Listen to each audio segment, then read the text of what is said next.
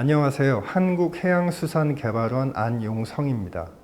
오늘은 크고 작은 배들이 각종 화물과 승객을 싣고 드나들고 이들이 실어온 화물들을 모아서 정리하기도 하고 크고 작은 트럭, 기차들이 이러한 화물들을 또 다른 곳으로 싣고 가는 이런 수많은 활동들이 이루어지는 항만, 특히 이러한 항만의 탄소 중립, 미세먼지에 대한 이야기, 그리고 최신 기술인 IoT, 클라우드, AI 등의 기술을 활용해서 항만의 온실가스나 미세먼지 배출을 줄이는 동시에 이러한 활동들을 최적화할 수 있는 디지털 트윈 기술에 대해서 이야기해 보려 합니다. 여러분, 요즘 뉴스나 각종 미디어에서 기후변화, 탄소 중립 같은 단어들을 많이 접해보셨을 겁니다. 우선 탄소 중립이라는 개념을 이해하기 위해서 지구의 온난화, 이로 인한 기후변화에 대한 이야기를 하려고 합니다. 여러분, 온실 효과에 대해서 많이들 알고 계시죠? 혹시 온실 효과가 좋은 건가요? 나쁜 건가요? 많은 분들은 온실 효과가 지구의 온난화를 유발하는 주 요인으로 부정적인 의미로 기억을 하고 계실 겁니다. 결론부터 말씀드리면 온실 효과는 우리 지구의 평균 온도가 생명체가 살기에 적합한 수준에서 유지될 수 있도록 도와주는 매우 고마운 자연의 메커니즘입니다. 우리가 살고 있는 지구의 기후 시스템은 크게 대기권, 수권, 설빙권, 생물권, 직권 등으로 구성되어 있습니다. 기후 시스템 에너지의 대부분은 태양에서 공급됩니다. 태양으로부터 온 에너지는 시스템 내에서 여러 형태의 에너지로 변환, 사용되다가 최종적으로는 지구 장파 복사의 형태로 우주에 방출됩니다. 이때 대기 중의 온실가스는 태양으로부터 지구에 들어오는 짧은 파장의 태양 복사 에너지는 통과시키는 반면 지구로부터 나가려는 긴 파장의 복사 에너지는 흡수하게 됩니다. 이게 바로 온실 효과입니다. 그렇습니다. 온실 효과는 지구의 생명체들이 생존 가능한 환경을 만들어주는 자연스러운 작용 과정이라고 볼 수 있습니다. 그런데 대기 중에 온실가스 농도가 증가하게 되면 대기가 더 많은 지구 복사 에너지를 흡수하고 또 재방출하게 되어서 결과적으로 지구의 평균 온도가 상승하게 됩니다. 그래서 우리는 대기 중의 온실가스 농도가 일정 수준 이상 높아지지 않도록 노력해야 하는 것입니다. 보시는 첫 번째 그림은 1987년 9월 극지방의 빙하 지역을 촬영한 것입니다. 그런데 30년 후 같은 지역을 촬영한 두 번째 그림을 보면 그간 빙하가 깨지고 녹아서 해안선이 지속적으로 육지 쪽으로 이동하고 있는 것을 확인할 수 있습니다. 산업화 이후 대기 중 온실가스의 농도가 지속적으로 높아지면서 지구의 평균 온도가 높아지고 앞서 보신 그림에서와 같이 극지방의 빙하가 깨지고 녹아내리고 있습니다. 이와 함께 보이는 그래프에서 보이듯이 해수면이 상승하거나 동시에 해수의 고온화 또는 산성화, 이로 인한 이상기후, 우리가 기후변화라고 일컫는 이상현상들이 발생하거나 그 강도, 횟수가 증가하고 있습니다. 국제사회는 이러한 기후변화 문제의 심각성을 인식하고 이를 해결하기 위한 목표를 설정하였습니다. 여기에서 중요한 건 지구 평균 온도의 상승을 2도씨보다 훨씬 아래로 유지하고 나아가서 1.5도씨로 억제하기 위해서 노력해야 한다는 목표를 설정했다는 것입니다. 제48차 IPCC에서 승인된 보고서에 따르면 2100년까지 지구 평균 온도 상승폭을 1.5도씨 이내로 제한하기 위해서는 2030년까지 전 지구의 이산화탄소 배출량을 2010년 대비 최소 45% 이상 감축해야 하고 2050년경에는 탄소 중립을 달성해야 합니다. 드디어 여러분들이 뉴스나 미디어에서 많이 들어보셨던 탄소 중립이라는 개념이 나왔습니다. 탄소 중립은 인간 활동에 의한 온실가스 배출을 최대한 줄이고 또 남은 온실가스는 흡수하거나 제거함으로써 실질적인 배출량이 0이 되도록 하는 것입니다. 이는 배출과 흡수 등을 더하고 빼서 결과적으로 0이 되는 넷 제로라고도 할 수 있습니다. 자, 우리나라 역시 지구 온도 상승을 1.5도씨 이내로 억제하기 위해서 2050년까지 탄소 순 배출량이 0이 되는 탄소 중립 사회로의 전환을 서두르고 있습니다. 경제 구조를 저탄소화하고 이를 위한 기술적, 제도적 기반을 강화하고 있습니다. 특히 전통적으로 고탄소 배출 기반의 산업 구조인 수송 분야에도 전기나 수소 같은 청정 에너지원을 사용하도록 하거나 효율성을 개선하여 에너지를 보다 적게 소비하도록 요구하고 있습니다. 항만 역시 같은 목표를 설정하고 이를 위해 항만 내 탄소 배출을 제로화하거나 수소 항만을 구축하는 등 탄소 중립 구현을 위해 구체적인 전략을 수립하고 이를 실현하기 위해서 노력하고 있습니다. 항만은 요즘 탄소 중립과 함께 또 다른 문제에 직면하고 있습니다. 네, 바로 대기 오염입니다. 여러분들은 뉴스에서 미세먼지를 주제로 하는 헤드라인을 많이 보고 듣고 계실 겁니다. 언제부터인가 우리의 생활에서 비가 올까 안 올까, 흐리려나 하는 것만큼이나 매우 중요한 정보로 자리 잡고 있습니다. 그런데 항만도 발전소나 공장, 자동차 같은 배출원만큼 배출 규모가 큰 것으로 나타나고 있습니다. 해외의 저명한 연구 저널은 부산항을 포함하는 아시아 세계 10대 컨테이너 항만들의 배출 규모가 전 세계 항만 배출량 중 20% 정도에 육박하는 것으로 보고하기도 하였습니다. 이런 이유로 항만 당국 역시 탄소 중립과 함께 항만 배출로 인한 대기 오염, 즉 대기 환경 관리를 최우선순위의 과제 중 하나로 설정하고 있습니다. 이에 우리 정부도 미세먼지 문제, 특히 항만의 배출로 인한 대기 오염 문제를 개선하기 위한 노력을 지속하고 있습니다. 저를 포함한 연구진은 정부와 항만 당국이 정책적으로 이렇게 많은 노력을 하고 있음에도 왜 더 나아지기보다는 더 나빠지거나 지지부진할까 하는 의문을 가지고 그 원인을 찾아 분석한 적이 있습니다. 그 이유 중 가장 근본적인 원인은 항만의 어떤 배출원이 언제 어디에서 어떤 물질들을 얼마나 배출하는지, 그렇게 배출된 물질은 어디까지 얼마나 날아가서 거기 살고 있는 나의 친구들이나 가족들을 어떻게 얼마나 아프게 하는지에 대한 정보가 없거나 있어도 정확하지 않다는 것이었습니다. 배출이나 이로 인한 오염, 영향에 대한 명확한 정보가 있을 때 문제를 올바르게 파악할 수 있고 또 그 문제에 알맞는 해결 방안을 적용할 수 있습니다.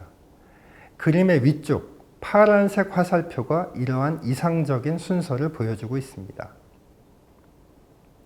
일단 항만의 배출원이 어떤 게 있는지, 그들의 배출을 계산하기 위해서 어떤 데이터들이 필요한지 체계적으로 조사, 정리가 되어야 합니다. 언제 어디에서 어떤 배출원이 어떤 물질을 얼마나 배출하는지 알게 되면 그 결과를 가지고 배출된 물질이 어디까지 얼마나 날아가는지, 거기에 살고 있는 사람들에게 어떤 영향을 미치는지 알 수 있습니다. 보여드리는 그림은 이러한 계산과 예측을 사람 대신 AI가 할 수 있도록 설계한 디지털 트윈의 설계도입니다. 어려운 그림이다 하면서 뚫어져라 보시면서 이해하실 필요는 없습니다. 대략 저런 과정을 거쳐서 인공지능이 배우고 계산한다는 거구나 라고 생각하시면 됩니다. 디지털 트윈은 디지털 세계에 내가 알고 싶은 대상의 쌍둥이를 만든다 이해하시면 됩니다. 부산항 전체를 디지털 트윈으로 만든다고 하면 사이버상에 부산항과 똑같은 항만을 짓는 겁니다. 그리고 항만이 가지고 있는 특성을 숫자와 데이터로 현실의 항만의 특성과 상황이 동일하도록 표현합니다. 이때 항만의 어떤 구성 요소가 어떤 활동을 하는지, 어떤 조건이 어떻게 바뀌는지 실시간으로 사이버상의 쌍둥이에게 반영하려면 실제 항만의 모든 구성 요소의 변화가 데이터의 형태로 사이버상의 쌍둥이에게 연결되고 반영되어야 합니다. 이러한 상태를 초연결 상태, 즉 스마트 커넥티드라고 합니다. 보여드리는 그림은 항만의 대기 환경 관리 최적화를 위한 모든 단계 중에 배출원과 배출 물질의 파악, 배출된 물질이 어디까지 얼마나 날아가는지를 계산하고 심지어 어떤 변화에 따라서 이들 결과가 어떻게 바뀔지 예측을 하는 과정을 그림으로 나타낸 것입니다. 또한 모든 단계를 통합한 과정은 지금 보시는 그림과 같습니다. 지금까지 항만의 탄소 중립, 미세먼지에 대한 이야기, 그리고 이러한 문제에 효율적으로 가장 최선의 방법으로 대응할 수 있도록 활용할 수 있는 디지털 트윈의 활용에 대해서 간략하게 살펴보았습니다. 저는 이 영상을 시청하시는 분들이 영상이 끝난 후 이런 생각이나 질문을 해보셨으면 좋겠습니다. 앞서 살펴본 탄소 중립, 그리고 미세먼지의 배출을 줄이려는 노력은 어떤 관계가 있을까? 그리고 항만의 활동으로 배출된 오염 물질이 그리고 내가 아는 친구들, 그리고 가족들의 삶과 어떤 관계가 있을까? 이런 질문들에 대한 답을 스스로 생각해보고 찾아보는 시간을 가져보았으면 좋겠습니다. 네, 해양수산 뉴 노멀 시대의 솔루션. 오늘은 항만 대기 환경에 대해서 얘기해 보겠습니다. 자, 박사님, 오늘 이제 저희가 얘기를 해볼 게 항만 대기 환경 관리 표준 및 평가 모형 연구인데 제가 미리 책을 봤거든요. 내용이 굉장히 쉽지가 않더라고요. 연구를 하신 부분들을 조금 더 쉽게 정리를 해주시면 좋을 것 같습니다. 알겠습니다. 자, 요즘 정말 지구 환경이 심상치가 않습니다. 특히나 대기오염 많은 분들이 또 예민하게 받아들이고 계신데요. 항만 대기 환경 같은 경우에는 이게 지금 어떻게 관리가 되고 있는 건가요? 이제 항만이라는 곳은 이제 선박이 그 외부로부터 어떤 화물을 싣고 와서 그 화물을 육상에 내려놓으면 분류하고 이제 이런 것들을 다시 밖으로 갖고 가는 그런 수많은 활동들이 이루어집니다. 네. 근데 이 과정에서 우리가 지금까지는 많이 놓치고 있었지만 그 이제 미세먼지, 이제 다르게 얘기하면 대기 오염 물질, 네. 이런 배출들이 상당량 이루어지고 있었다는 거죠. 그래서 이런 배출을 저감함으로써 이제 항만 지역, 이제 나아가서 국가의 어떤 그 대기질을 개선하려면 어떤 활동들이 좀 이루어져야 할 것인가, 이제 이런 것들을 이제 항만 대기 환경 관리 활동이라고 일단 정의할 수 있을 것 같습니다. 그러니까 저희가 항구를 끼고 있는 도시에서는 선박에서 나오는 그런 비산먼지가 많다, 이런 기사는 접한 것 같은데 어떻습니까? 항만 대기 오염이 심각한가요? 일반 저희 생활하는 환경과 비교했을 때 어느 정도인가요? 네, 미세먼지라는 단어로 많이 익숙하실 겁니다. 네. 근데 일단 미세먼지라는 것도 이제 PM10, PM2.5, 그래서 조금 더 작은 미세먼지, 이제 이런 식으로 분류가 되거든요. 선박에서 배출된 PM10, PM2.5, 이제 이런 물질들이 이제 인간에게 유해한 영향을 끼치게 되는 거죠. 자, 그러면 이번 연구는 어떤 배경에서 이제 설립이 된 건가요? 그 미세먼지에 대한 국민적 우려가 커지고 있잖아요. 예. 그래서 이런 미세먼지 문제에 대해서 본격적으로 대응하기 위해서 대기관리권역법, 그리고 항만 대기질법, 이런 특별법들이 2020년에 제정되고 지금 시행 중에 있습니다. 네. 지금 세계사회에서도 지금 선박에서 배출되는 대기오염 물질을 저감하기 위해서 이제 많은 규제들이 도입이 되고 그리고 또 공격적으로 시행이 되고 있거든요. 네. 그래서 대기질이 개선이 되면은 대기 오염으로 인한 건강의 악화, 이런 것들을 저감할 수 있는 것이냐. 네. 이제 이런 질문에서 시작을 했습니다. 네, 그러면 이제 구체적으로 어떤 거를 연구를 하시는 건가요?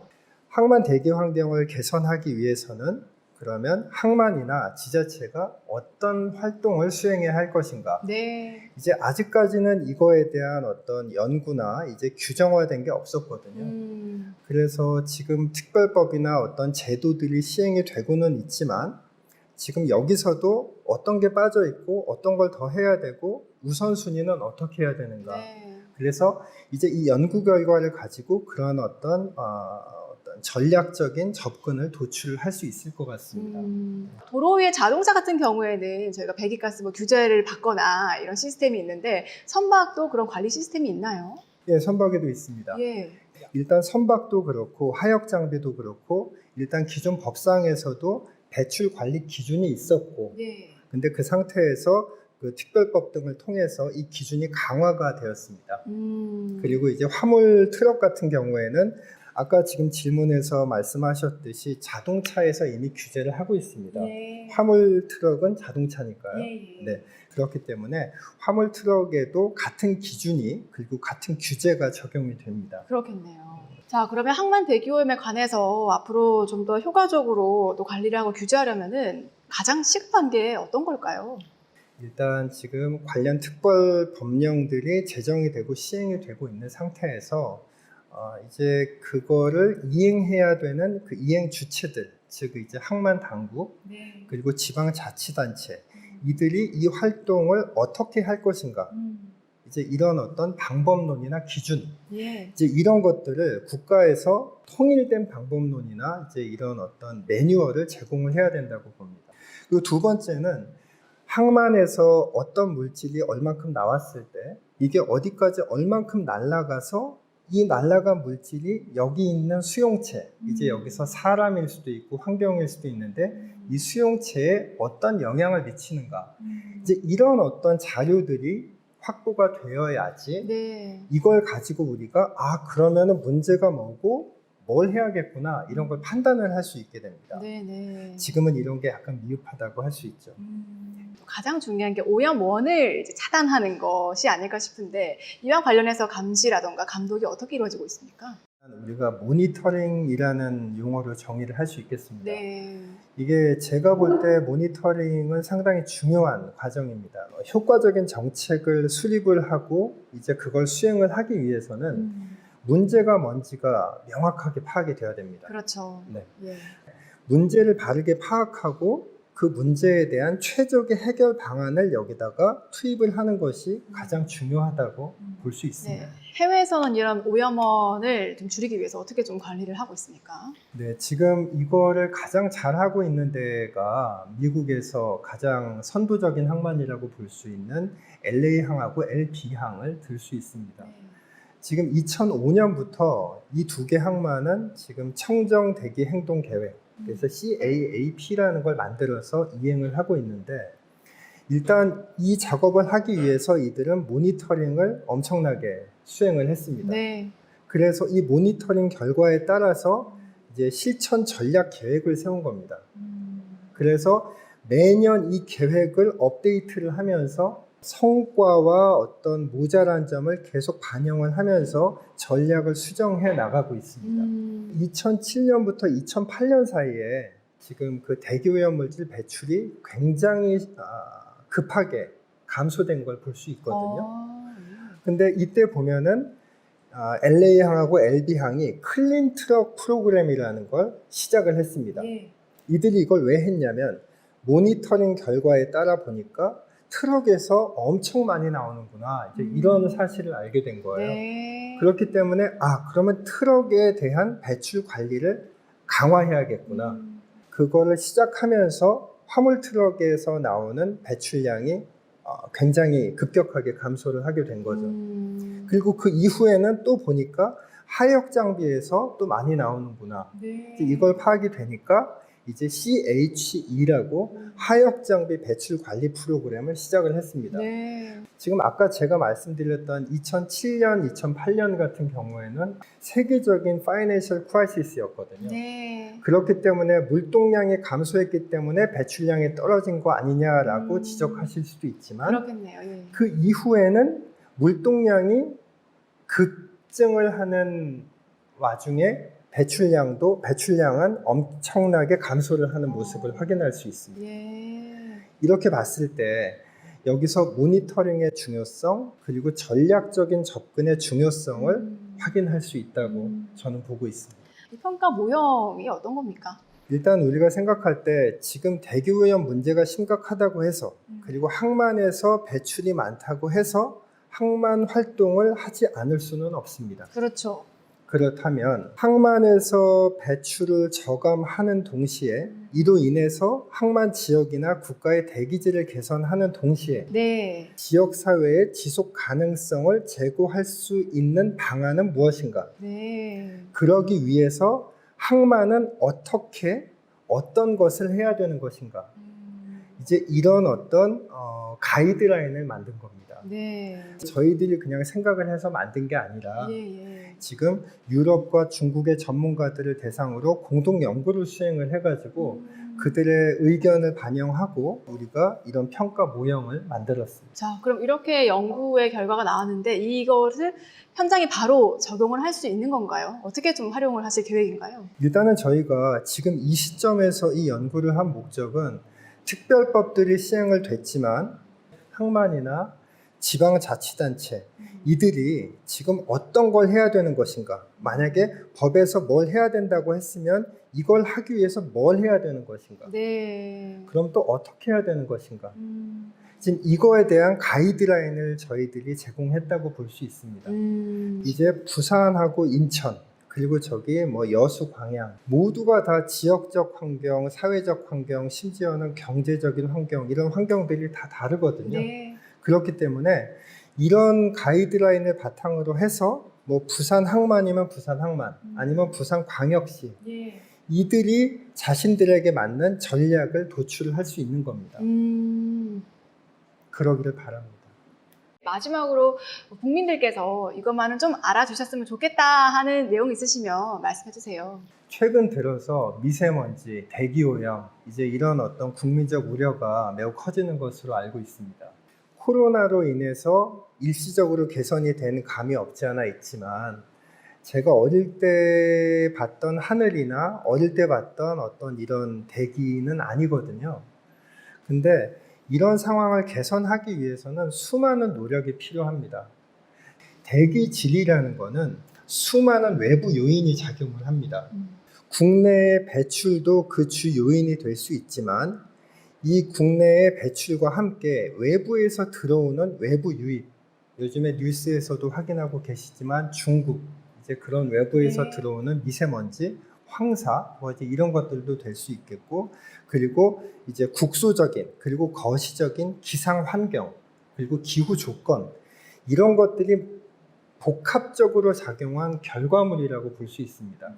하지만 이게 복합적인 결과물이니까 우리가 줄인다고 그만큼 줄어드는 것도 아니니까 손을 놓자는 얘기가 아니라 네. 일단 국가와 정부는 지금 이 대기질을 개선하기 위해서 전방위적으로 노력을 하고 있다.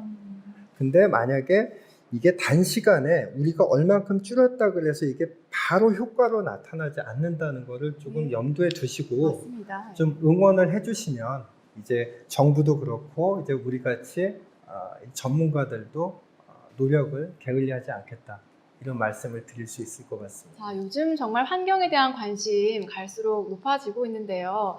하지만 항만 대기 환경에 있어서는 관심이나 규제를 좀 놓치고 있지 않았나라는 생각도 해봅니다. 항만 관리나 인프라 구축에 있어서는 돈이 된다 안 된다, 경제적인 개념을 넘어서서 환경을 먼저 생각하는 기준이나 잣대가 좀 필요하지 않을까라는 생각 해봅니다.